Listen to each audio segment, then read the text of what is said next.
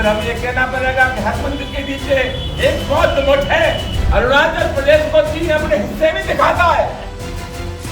ये जो रणबांकुर है करणी सेना के, हिंदुस्तान की शर्त पर चले जाओ, चीन शर्त को बचाओ, वरना तुमसे ज्यादा नकली दुनिया में कोई हो नहीं सकता। समाजवादी पार्टी के सांसद रामजी लाल सुमन और करणी सेना के बीच में तनाव बढ़ता ही जा रहा है। एक बार फिर से रामजी लाल सुमन ने करणी सेना को बाकायदा चुनौती देते हुए कह दिया है कि अगर हिम्मत है तो आ जाओ, दो हाथ हो जाते हैं। इसके अलावा उन्होंने एक बार फिर से ये तंज कसते हुए कहा कि थल सेना, जल सेना, वायु सेना तो सुना था, लेकिन ये नकली सेना, फर्जी सेना कहां से आ गई?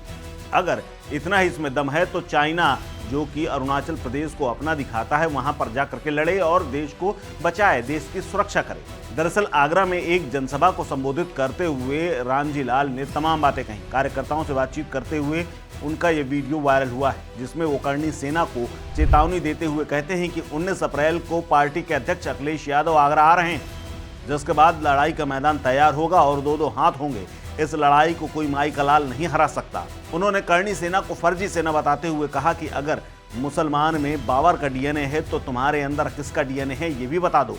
इसके अलावा हिंदुस्तान के मुसलमान ने कभी भी बाबर को अपना आदर्श नहीं माना, वो तो मोहम्मद साफ को अपना आदर्श मानते हैं। जब तुम ये कहोगे कि मुसलमान के डीएनए बाबर से मिलते हैं तो फिर तुम बताओ कि तुम्हारा डीएनए किसका है।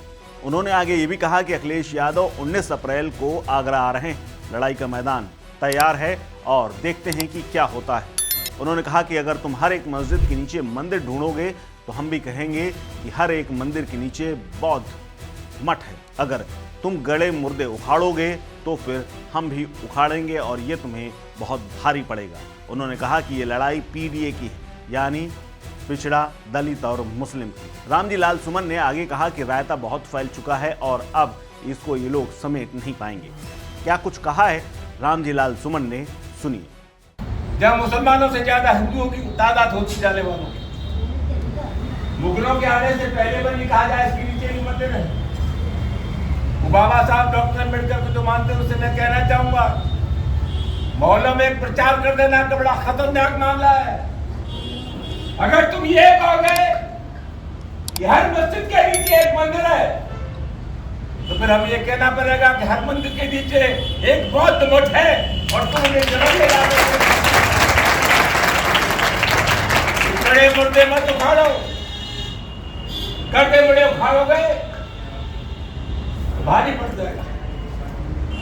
अभी बौद्ध गया में आंदोलन चल रहा है, क्या बात का आंदोलन चल रहा है।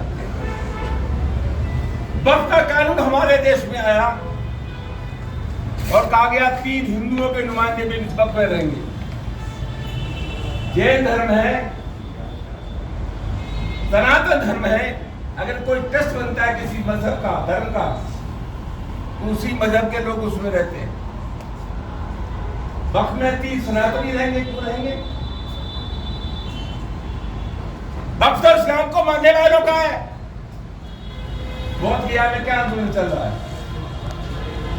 वो जो बौद्ध मठ है उसमें हिंदुओं के नुमाइंदे हैं, कलेक्टर उसका संरक्षक है। और भाई लंबे समय से ये मांग हो रही है कि इसकी इंतजामिया कमेटी में बौद्ध होने चाहिए। बौद्धों को नहीं रखा जा रहा है। समाजवादी पार्टी की है जो बैठक हो रही है, जो बाबा साहब डॉक्टर अम्बेडकर तैयार कर रही है, इस बैठक के मार्फत हमें संदेश देना चाहेंगे बौद्ध भिक्षुओं को। गया के बौद्ध मठ में सिर्फ बौद्ध होने चाहिए। हम संदेश देना चाहेंगे, घबराओ मत। समाजवादी पार्टी का एक एक कार्यकर्ता तुम्हारे साथ है। पीडीए हमारा नारा है। और आजकल जो लड़ाई चल रही है वो लड़ाई पीडीए की है। कुछ लोग सामंती डेमोक्रेसी के लोग हैं। अभी परसों एक बैठक हुई तो तलवार, हथियार, थोड़ा मैंने पढ़ा है, खाएंगे भी 2 तलवार। छतरी का धर्म तो गरीब की इमदाद कर रहे हैं, मदद कर रहे हैं। ये पास में भरतपुर, यहाँ भरतपुर के राजा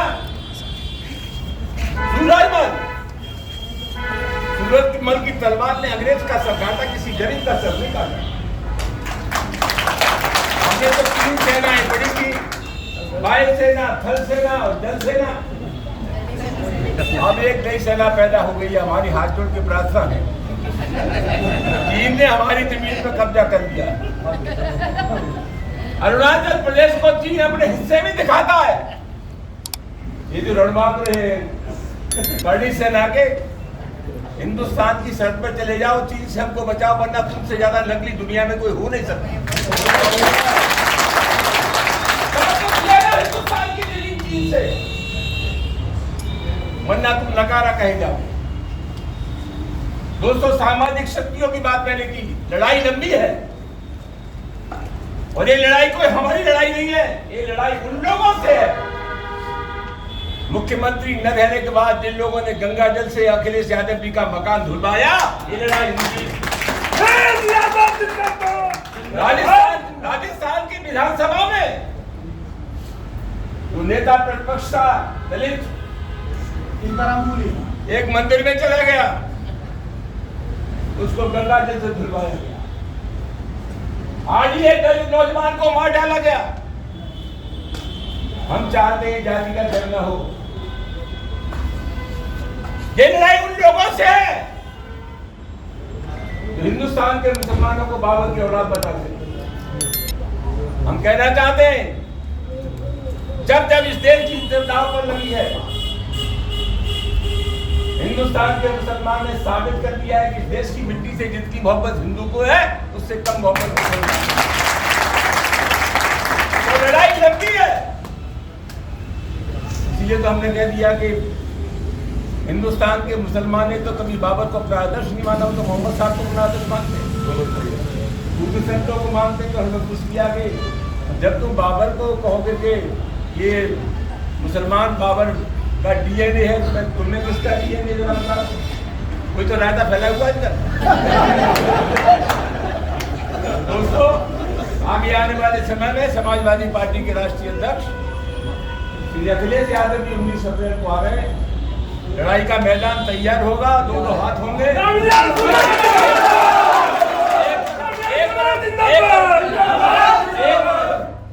10% लोग हैं और दूसरी तरफ सामाजिक न्याय की 90% शक्तियां हैं। विजयी हमारी होगी, कोई भाई का लाभ हो नहीं सकता। इस खबर में फिलहाल इतना ही। अपडेट्स के लिए बने रहिए वन इंडिया हिंदी के साथ।